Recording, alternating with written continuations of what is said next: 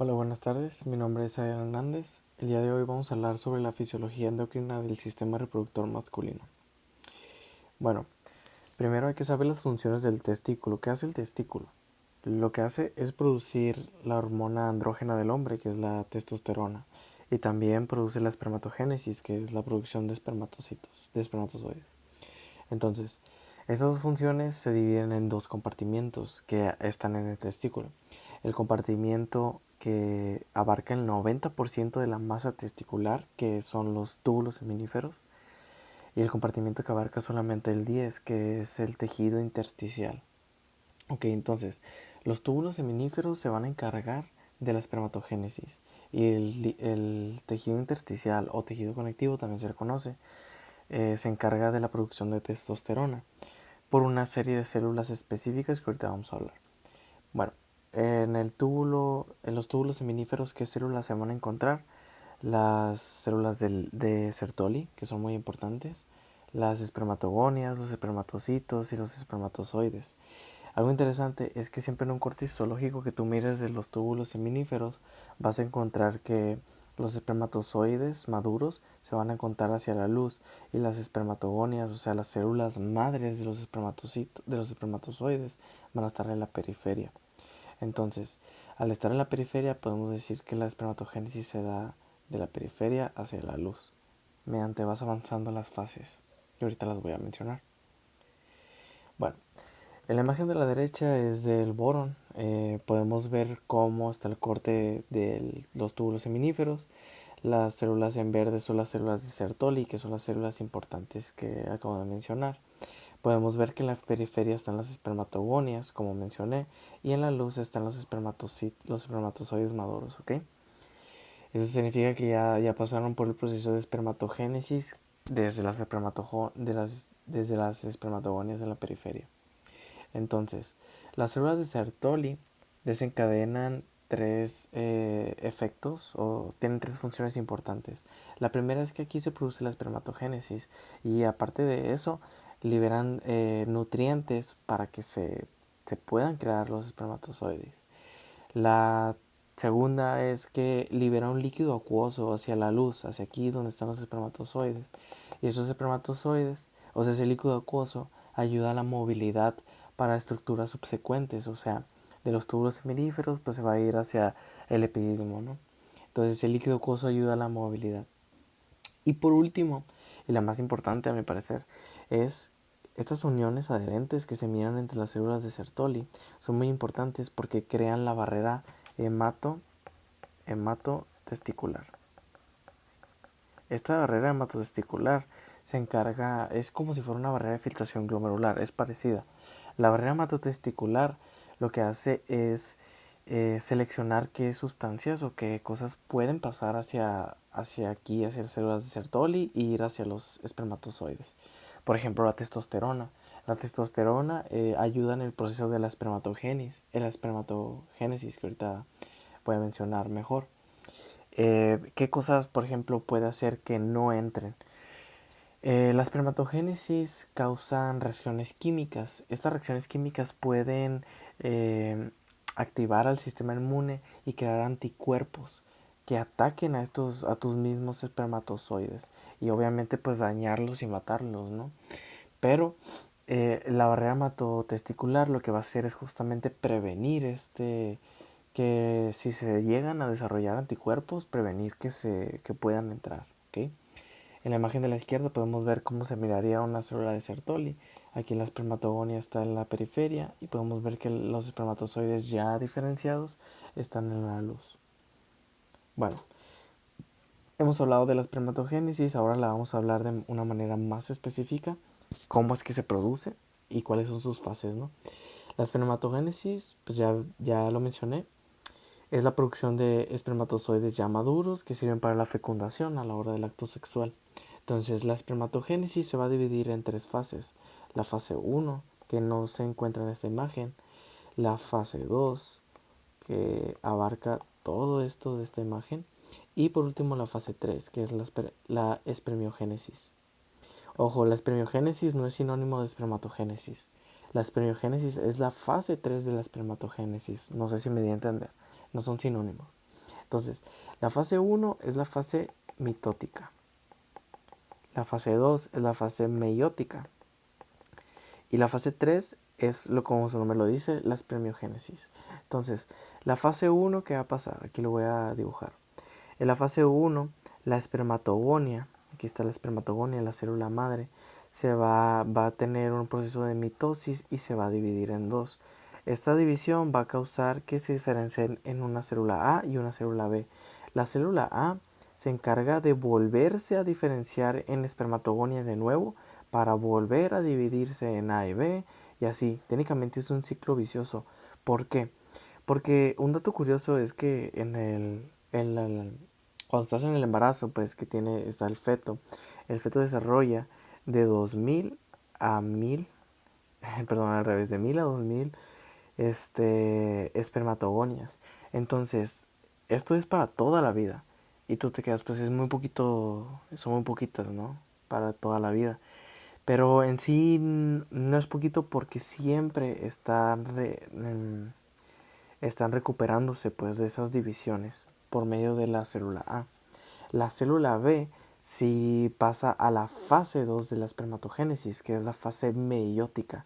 Entonces la célula B, aquí está la célula B se va a diferenciar, o sea, va a llegar a la fase de meiosis 1 y se va a diferenciar en dos células, ¿ok? Dos células igual a diploides con 46 cromosomas, ¿ok? Con 46 cromosomas. Esta célula B, cuando está en el proceso de meiosis 1, se le conoce como espermatocito primario. Cuando pasa a la meiosis 2, porque tiene otra meiosis, esto quiere decir que estas células que salieron de la célula B se van a volver a diferenciar, se van a volver a separar. Entonces, podemos decir que la célula B, una espermatogonia, desencadena a 4 espermatozoides maduros. Esta fase de la meiosis 2 lo que va a hacer es que crea células haploides con 23 cromosomas. Son células haploides con 23 cromosomas, porque divide la mitad todo, ¿no?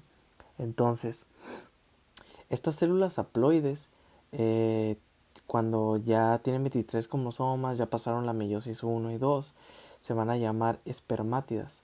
Las espermátidas, técnicamente, lo que van a hacer en la fase 3 es que van a madurar.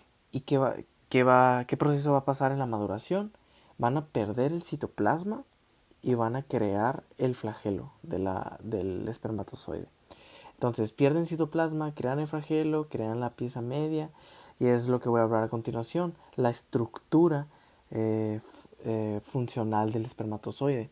Es muy importante porque en la porción media, como sabemos, se encarga, o más bien en la porción media se encuentran las mitocondrias, que las mitocondrias lo que van a hacer es proporcionar ATP. Este ATP va a ser usado en la cola para poder tener energía y poder dar el movimiento del látigo. Es por eso que los espermatozoides pueden moverse. También va a estar la porción de la cabeza. La cabeza va a tener el material genético que ya mencionamos. Va a ser una célula haploide de 23 cromosomas. Y en cambio, el acrosoma es una capa donde tiene enzimas proteolíticas que a la hora de tener el acto sexual y que se encuentre el espermatozoide con el óvulo, este acrosoma va a liberarse. ¿Para qué? Para degradar la capa protectora que tiene el óvulo y así penetrar y poder fecundar el óvulo, el espermatozoide. Entonces, este acrosoma tiene enzimas proteolíticas. Y entonces, esta es la estructura normal de un cromosoma. De un espermatozoide. El acrosoma, la cabeza, el cuello, la parte media, que es donde están las mitocondrias, y la cola, que es lo que le da el movimiento. Ahora, ya hablamos de los túbulos seminíferos, pero no hemos hablado del el segundo compartimiento, que era el tejido conectivo. En el tejido conectivo se compone principalmente de las células de Leydig. También hay sangre y pues vasos linfáticos, ¿no? Entonces, las células de Leydig se van a encontrar en el tejido conectivo y son muy importantes. ¿Por qué? Porque estas son las que producen la testosterona, ¿ok? ¿Y la testosterona de qué precursor viene? Viene del colesterol. Haz de cuenta que el colesterol le entra a la célula de Leydig y entonces por una serie de enzimas se va a metabolizar hasta producir testosterona.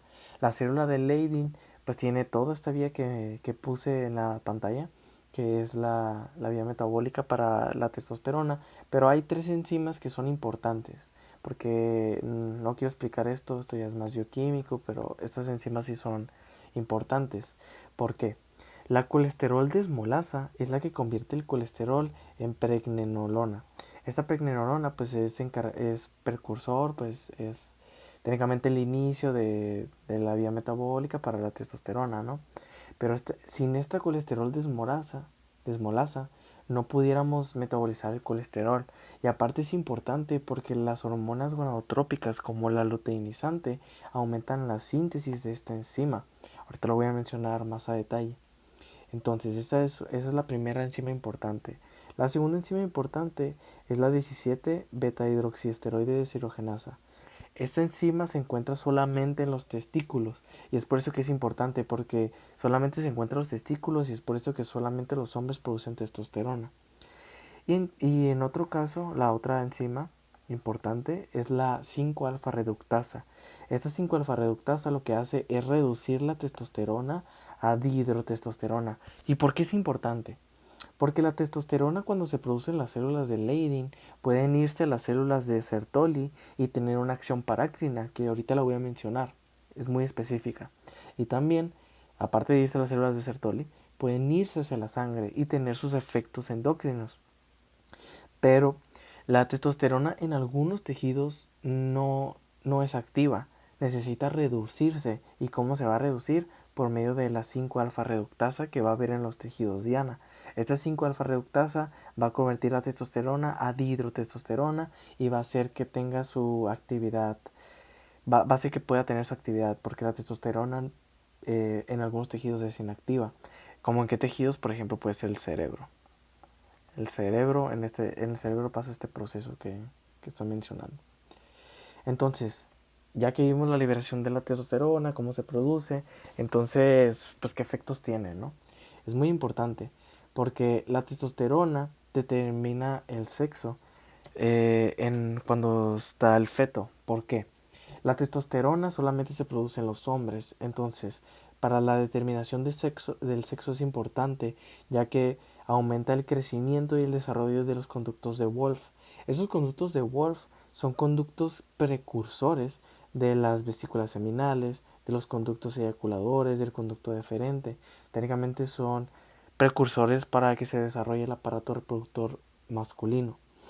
Y la testosterona, aparte de eso, aumenta el desarrollo de los genitales externos, o sea, el pene y el escroto.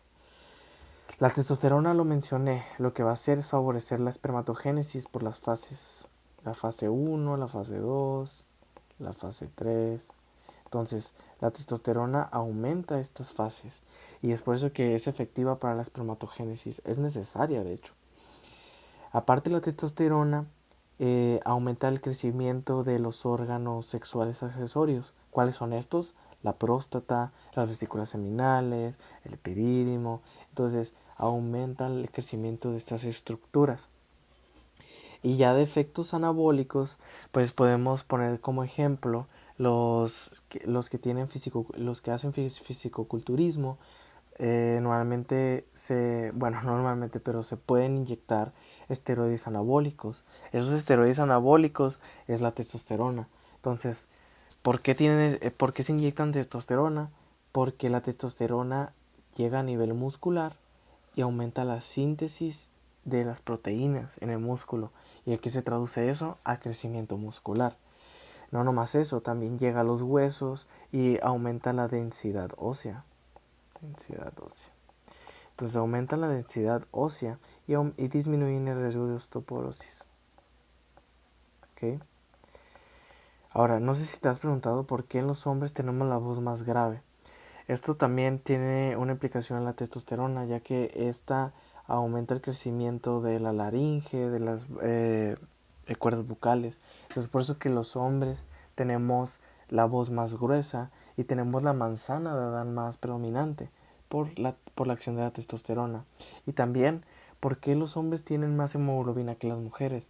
Porque la testosterona que se produce en los testículos aumenta la formación de eritrocitos. Entonces, técnicamente tiene un factor para la eritropoiesis y mejora la producción de hemoglobina. Ok, ahora vamos a hablar del eje hipotálamo hipoficiario. El eje hipotálamo hipoficiario técnicamente va a ser el proceso en el cual se van a liberar las hormonas gonadotrópicas. Entonces, este mecanismo es muy parecido al de la fisiología reproductiva de la mujer femenina. Entonces, ¿qué va a pasar? Va a haber una despolarización en los núcleos que hay en el hipotálamo. ¿Cuáles núcleos van a ser estos? El preóptico y el arcuato. Entonces el núcleo preóptico y arcuato lo que van a hacer es que se despolarizan y liberan la GnRH, la hormona liberadora de gonadotropina humana. Hormona liberadora de gonadotropinas, así nomás. Entonces, esta hormona liberadora de gonadotropinas va a la circulación del hipotálamo hipoficiaria y llega a la adenohipófisis, ¿ok? Llega a la adenohipófisis y lo que va a provocar es que la GnRH, se una a unas células específicas, que son las células gonadotropas. Gonadotropas. Son las células gonadotropas. Entonces, estas van a estar en la adenohipófisis. ¿Qué va a pasar aquí? La GnRH va a activar una vía de señalización de proteínas G, que es la proteína GQ. Se activa la proteína GQ y recordando un poco, se va a activar la fosfolipasa C. Esta fosfolipasa C cambia el PIP2 al IP3 y también convierte diacilglicerol. O sea, libera los dos, ¿no? El IP3 se va al RIR en el retículo sarcoplásmico y libera calcio. Entonces, técnicamente hay un aumento de la concentración de calcio intracelular. Ese aumento de la concentración de calcio intracelular con el diacilglicerol se unen y activan una sinasa, que es la proteína sinasa tipo C, la PKC. La PKC es muy importante porque esta se va al núcleo y al irse al núcleo va a favorecer la síntesis de hormonas gonadotropas, como son la luteinizante y la folículo estimulante. O sea, aumentan la síntesis de LH y FSH. Pero no nomás aumentan la síntesis, también aumentan la liberación de estas. Entonces, ¿cómo se va a dar este proceso? Porque el IP3 se va al RIR, libera calcio y el calcio se une a vesículas. Y esas vesículas van a provocar la exocitosis. Exocitosis de las vesículas que tengan la hormona luteinizante y folículo estimulante, la LH y la FSH. Entonces, ahora, ¿qué va a pasar? Esto es muy importante. La hormona luteinizante solamente va a actuar en las células de Leydig, o sea, en el tejido conectivo del testículo. Y la folículo estimulante va a actuar en las células de Sertoli, o sea, en los túbulos seminíferos. Entonces, esto es importante porque va a tener la acción parácrina que acabo de mencionar anteriormente y también la acción endocrina. Bueno, aquí viene una imagen mejor explicada. Vamos a ver primero la acción de la luteinizante de la LH en las células de Leydig. La hormona luteinizante activa una vía de señalización parecida o bueno, igual a la GS. O sea, activa la vía GS, esto activa la adenidratociclasa, se cicla el AMP cíclico y se activa la PK. La PK se va al núcleo y promueve la síntesis de nuevas proteínas. Ya mencioné qué proteínas son enzimas, como cuál, la colesterol desmolasa. La colesterol desmolasa, al aumentarse, va a provocar que haya más cambio de colesterol a testosterona. Esto nos traduce en un aumento de la testosterona. Y como ya lo mencioné, la testosterona, la célula de Leydig tiene una acción parácrina con la célula de Sertoli. ¿Por qué? Porque la testosterona puede ir directamente a la célula de Sertoli o puede irse hacia la sangre. Y al irse hacia la sangre, pues ya lo mencioné, hay tejidos que sí tienen actividad con la testosterona o hay otros tejidos que ocupan la 5-alfa reductasa para convertir la testosterona a dihidrotestosterona y así provocar los efectos de la testosterona. Bueno, ya mucha testosterona, ¿no? Vamos a hablar ahora del cómo actúa la folículo estimulante. La folículo estimulante también tiene una vía de señalización igual. Activa la GS, esto cicla al AMP cíclico y provoca la PK, que se active la PK. La PK se va al núcleo y provoca síntesis de nuevas proteínas, pero aquí es un factor mayor, hay un factor desencadenante mayor. En la síntesis de proteínas se liberan factores de crecimiento. Estos factores de crecimiento van a ir a la célula del Leydig y van a favorecer la síntesis de más testosterona. Entonces, la folículo estimulante de las células de Sertoli aumenta la síntesis de testosterona en las células de Leydig. Esa es una regulación parácrina porque se ayudan entre sí. Entonces, eso es lo que pasa, pero no nomás pasa eso. O sea, se llegan los factores de crecimiento, se sintetiza más testosterona, la testosterona llega a las células de Sertoli de nuevo, y las células de Sertoli, aparte de los factores de crecimiento, van a sintetizar aromatasa. Y la aromatasa va a ciclar la testosterona y la va a convertir en estradiol, que es un estrógeno. Y el estradiol a su vez también puede ir a la célula de Leydig de nuevo y favorecer la síntesis de más testosterona. O puede ir hacia la sangre y favorecer la síntesis de folículo estimulante y de la luteinizante. Un punto interesante es que el estradiol, el exceso de estradiol provoca ginecomastia en los hombres. Entonces, ese pues es un dato interesante, ¿no?, del estradiol. Aparte de todo esto, la célula de Sertoli, al activarse la PK, también va a provocar que se sintetice la ABP. La ABP es una proteína. ¿Qué proteína es? Se llama proteína fijadora de andrógenos, los andrógenos de la testosterona. Entonces, la ABP se va hacia la luz y lo que va a hacer es que se va a unir junto con la testosterona y esta la va a transportar hacia la sangre. Es una proteína que puede transportar la testosterona a la sangre o también se va a almacenar, porque si hay casos de deficiencia de la testosterona, la ABP, que es la hormona fijadora de andrógenos, puede liberar esa testosterona que tiene almacenada para que actúe y tenga sus efectos en los tejidos, ¿no? Y en la espermatogénesis, porque acuérdense que la testosterona tiene una implicación en la espermatogénesis. Las inhibinas tienen una implicación en el feedback negativo, que es justamente lo que sigue. La liberación de hormonas en exceso es malo. Siempre debes de regularla. ¿Y cómo la vas a regular? Por diferentes mecanismos. En este caso, la testosterona liberada por las células de Leydig va a ser la encargada de tener un feedback negativo en la adenohipófisis y en el hipotálamo. Pero algo importante es que solamente inhibe la liberación de la hormona liberadora de gonadotropinas y de la hormona luteinizante, de la hormona LH. La concentración de testosterona no es capaz de inhibir la liberación de folículo estimulante, de la FSH. Entonces ocupas de otra hormona para inhibir a esta. ¿Y cuál va a ser? La inhibina, que es lo que acabo de mencionar. Las células de Sertoli, por medio de la activación de la misma FSH, activan a la PK y la PK favorece la síntesis de inhibina B. La inhibina B va a ir a la adenohipófisis y va a inhibir la síntesis de folículo estimulante. Entonces es un feedback negativo.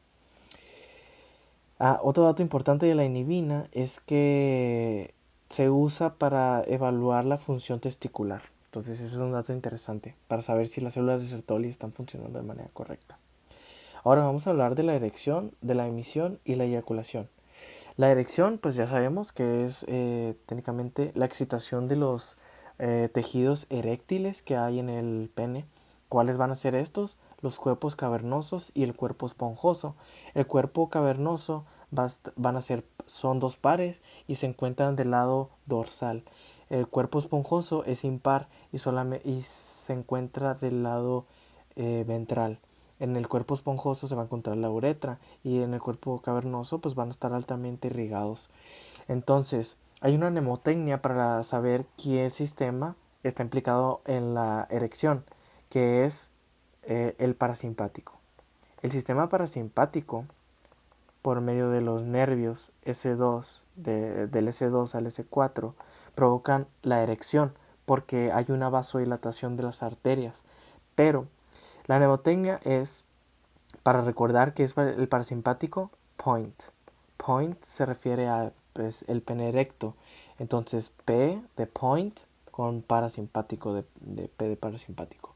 Eso es para que no se les olvide. Y también la eyaculación se le dice shoot, porque pues eyaculas, ¿no? Tiras el semen. El shoot está, el sistema para la eyaculación está implicado el simpático.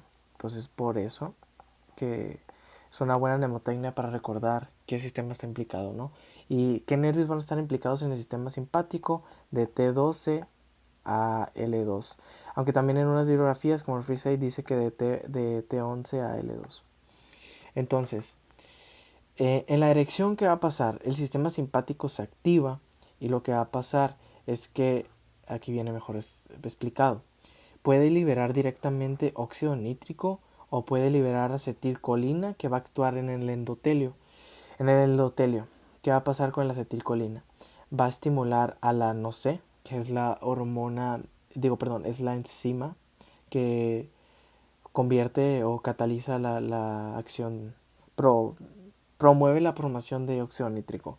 ¿Por medio de quién? De la L-arginina y del oxígeno. Entonces, la acetilcolina puede estimular a la NOC y provocar óxido nítrico, o directamente el sistema parasimpático puede liberar el óxido nítrico. Recordemos que este mecanismo también está implicado en el parasimpático. Entonces, el óxido nítrico activa la guanilato ciclasa. Esto se encarga de ciclar el GTP a GMP cíclico. El GMP cíclico se encarga de bloquear. Bloquean a los canales de entrada de calcio. ¿Eso en qué se traduce? En que la concentración de calcio intracelular disminuye. Y si hay menos calcio, no va a haber contracción, no va a haber ay, cabrón, ¿cómo se dice? La contracción, pues, no va a haber contracción. ¿Por qué? Porque el calcio está implicado en la miosina y la actina, recordando. Entonces, si no hay calcio, se relaja el músculo y va a haber mayor vasodilatación en los tejidos eréctiles del pene. Y eso se traduce a mayor sangre y eso se traduce a mayor erección. También, aparte, en el tejido, en el retorno venoso, hay un taponamiento parcial que técnicamente es para acumular la mayor cantidad de sangre posible para la erección. ¿Okay? Y aquí en esta imagen, de hecho, viene el efecto de la Viagra, del sildenafil. El sildenafil inhibe la fosfoesterasa 5. La fosfoesterasa 5 de manera normal cicla el GMP cíclico y lo convierte a 5-GMP. Este GMP no bloquea los canales de calcio, entonces técnicamente no tiene un efecto vasodilatador. Pero si tú ay, con el sildenafil bloqueas a la fosfoesterasa 5, vas a provocar que haya mayor concentración de GMP cíclico y esto se traduce a una una menor concentración de calcio intracelular, por lo cual hay mayor vasodilatación, en la cual hay mayor sangre, mayor erección. Es ese mecanismo que se usa para la disfunción eréctil, el sildenafil. Entonces ahora, para la emisión se traduce en el movimiento del semen por las diferentes estructuras que hay en el órgano masculino del hombre. Que aquí está la pathway del movimiento del semen para la eyaculación. Hay una mnemoteina que es 7-up. Primero se da en los túbulos seminíferos, ¿no? Que es donde se producen los espermatozoides, ¿no? El semen, el esperma, contiene espermatozoides y líquido seminal, que esto es producido por las vesículas seminales. Contienen fructosa, eh, progesterona, de hecho. Perdón, progesterona no, prostaglandinas. Las prostaglandinas pueden contraer el músculo liso del útero y favorecer el movimiento de los espermatozoides. Entonces, por eso que es importante saber qué tiene el líquido espermático, ¿no? Entonces, el evento inicial es el espermatozoide. Se va desde los túbulos seminíferos hacia el epidídimo, luego hacia los vasos deferentes, hacia el conducto eyaculatorio, luego hacia la uretra y al final hacia el pene, ¿no? Entonces da todo ese movimiento del esperma. ¿Y cómo se produce? Porque al momento ya de que tu cuerpo dice, hey, ya, ocupas pues eyacular, ya te divertiste mucho, ¿no? Entonces, esto va a ser por medio de la corteza cerebral o también por el hipotálamo, son por estos dos mecanismos. Tálamo. Estas dos estructuras se activan y envían señales a la médula espinal. Envía señales a la médula espinal, específicamente pues en los nervios, el T11 y L2, que es el sistema toracolumbar, que es el sistema simpático. Entonces, envían las señales a la médula espinal y esta médula espinal envía señales a un ganglio mesentérico, al ganglio mesentérico inferior.